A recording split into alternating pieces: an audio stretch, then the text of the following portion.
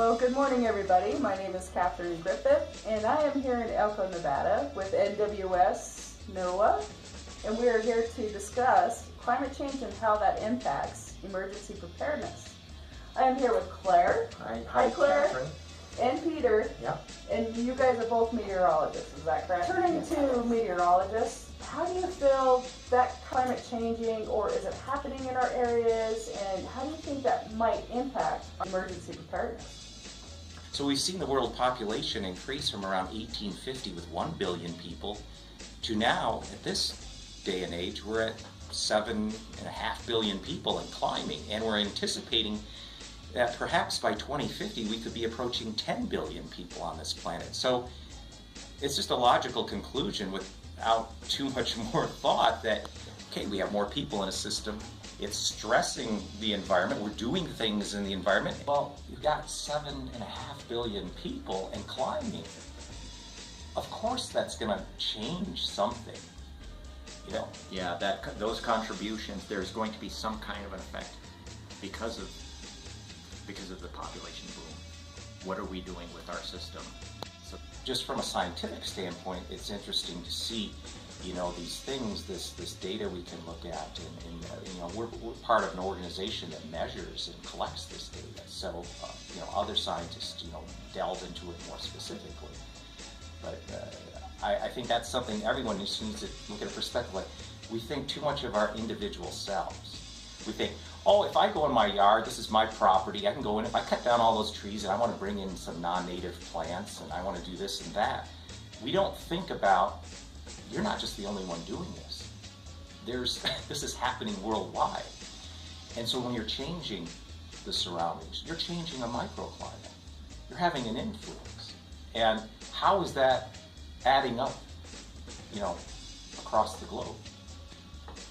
So this is a very, very large and complex problem, and you know, we have to decide as a community, as a state, as a country, as a world, on the direction we want to go. So today, you're here with us to discuss what Ely Shoshone community can do to help your community survive in the future. Yeah. So that's basically why we're here.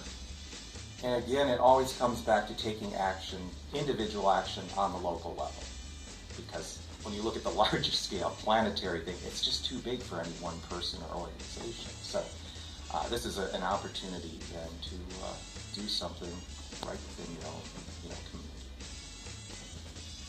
We have immediate threats that are very pressing, like wildfires and flash flooding. But then we have, when it comes to climate change, there's longer fuse things that are having, causing changes that are less perceptible on a day-by-day and year-by-year basis. Like if temperatures are increasing slightly, even a degree or two over a century is significant climatologically speaking. That's very significant. And so maybe our growing season's a little longer. Maybe the occurrence of 100-degree heat is inched up, where we're getting a couple more days now, or a few more days a year through those phases. Now, there's short-term things, short-term threats, like we talked about flash flooding and wildfires, have an immediate threat. When they happen, you got to be ready to act immediately, because your life depends on that. But then, what can you do prior to an event like that? Make people aware that the threat exists. And then what can they do to help minimize their exposure to that? And if they are faced with a dire situation, then what are those actions that you take that may save their life? And if you're actually faced with a particular situation, then you have some knowledge as to know how to act and what to do. But even then, often, just as humans, we get it right or better the second, third time around. It's a learning process. Some things. That's why in many cultures, the elderly were valued because they had experienced a lot of different things.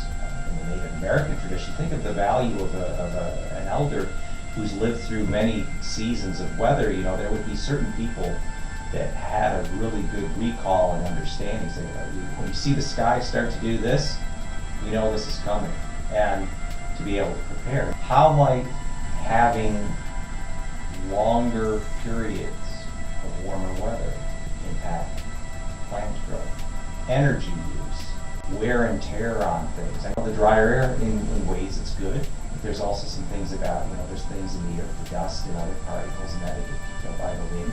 How might the occurrence of affect winds, visibilities, all these types of things.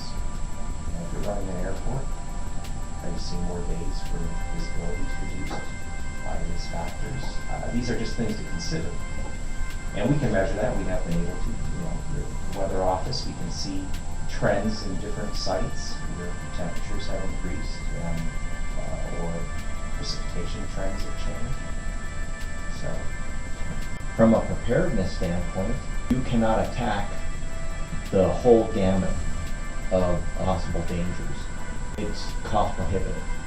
So what are things that you can do within your community as a person and as a community to help you survive threats, and minimize those impacts, minimize those risks? One of the ways is to identify what some of the more likely outcomes would be.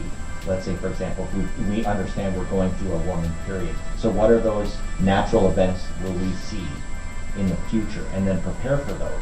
So some of them, like Peter was saying about warmer days, it could be possible if you have a higher percentage of your population that are vulnerable, where if it's elderly or young children.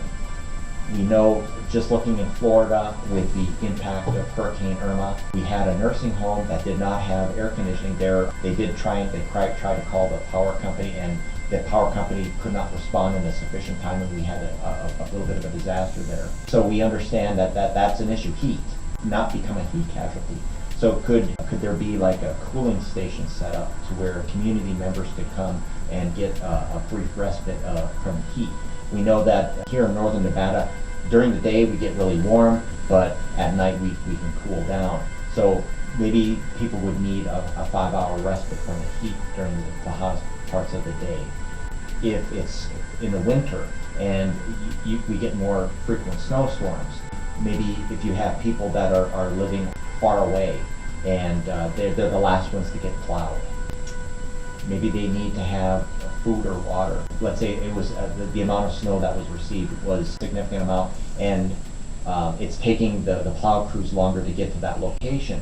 Do they have enough food? Maybe there's a call list you can set up that the police department or whatnot can set up and say, hey, after 2 days we'll call these people to make sure that they're okay, that their heat's functioning, that they have enough water and food, that the power's still going, and that kind of thing. And the other thing then is identifying, so based on past experience and also what future trends might support, and then from there educating people and devising a individual and community plan.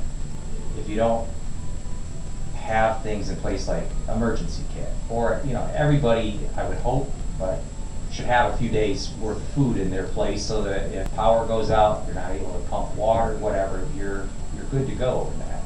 But the challenge can be in the wintertime, you lose power, then you're dealing with potentially extreme cold. And so who are the people in your community? What buildings or facilities are most susceptible? If that were to happen, if you were to lose power and lose heat, vice versa in the summer, it's getting super hot. Who are those people, or what things need to be kept cool? And do you have a way to do that? And do you have a backup in case power goes out for one reason or another? I mean, you could have a thunderstorm come through with 75-mile-an-hour winds, take out power, and then the next day it's 105. So these are all little things that developing this individual and community emergency plan starts from identifying threats and educating people about them, devising that plan, and then once you get those things set up. I do sit on the local emergency planning committee. I'm the secretary for that. So we do work with our partners, and we try to have those MOUs in place with the city and the county. It is good to understand and have a say in the policies and procedures and the emergency plans that our jurisdiction is involved with. Before we end this, would you please tell the community members where they can go to learn more information, to learn more about climate change? If you are interested in being a part of community preparedness. Something that you can go to is the NOAA Climate Toolkit. Just go ahead and Google that, and you should get a couple of hits right away. The other one is the Storm Ready program, the National Weather Service Storm Ready program. If you click on that, it will tell about this preparedness process. And We will have information up on the website and at the end of this video as well. I want to thank you gentlemen for your time. It's always a pleasure. Thank you, Catherine, for coming. Thank you. thank you very much.